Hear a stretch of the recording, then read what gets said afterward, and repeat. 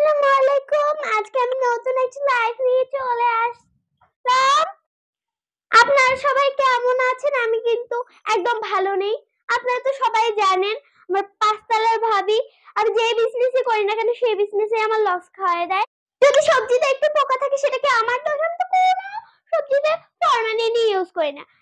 উনি আমার কাছ থেকে কোন দিন নিয়ে গেছে জানি না, কিন্তু হচ্ছে উনি মনে হয় রেখে রেখে পোকা করে ফেলেছে, তাই আমার দোষ দেয়। আপু আপনি কি বিজনেস এবার খুললেন তাড়াতাড়ি দেখান। আরে বাবা বলতেছি তো, আমার দুঃখের সুখের একটু কথাগুলো শুনবে না তোমরা? আপু আপনার কোনো বক্তব্য শুনতে চাই না, আপনি তাড়াতাড়ি বলেন আপনি কি বিজনেস শুরু করেছেন।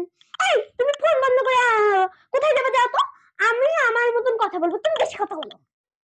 তো আজকে আমি মুড়ি মাখা বানানো শিখাবো তোমাদেরকে, কিভাবে মুড়ি মাখা বানাতে হয় সেটা শিখাবো। তো আজকে আমার এইটাই বিজনেস।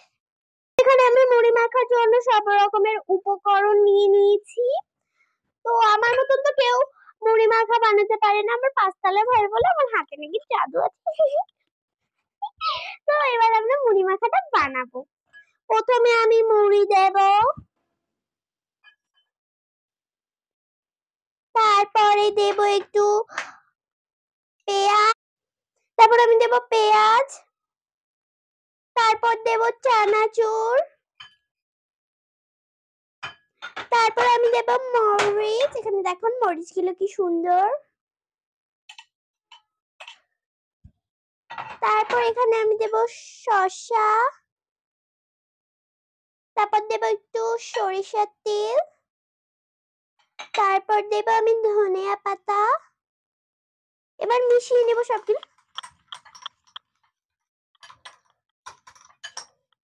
মিশানো শেষ। এই দেখেন মুড়ি মাখাটা কত ভালো হয়েছে। এরকম কে বানাতে পারে আমার মতন? আমার হাতে কিন্তু জাদু আছে। এইভাবে আপনারা এখন থেকে মুড়ি মাখা বানিয়ে খাবেন। আমি একটু খেয়ে দেখি।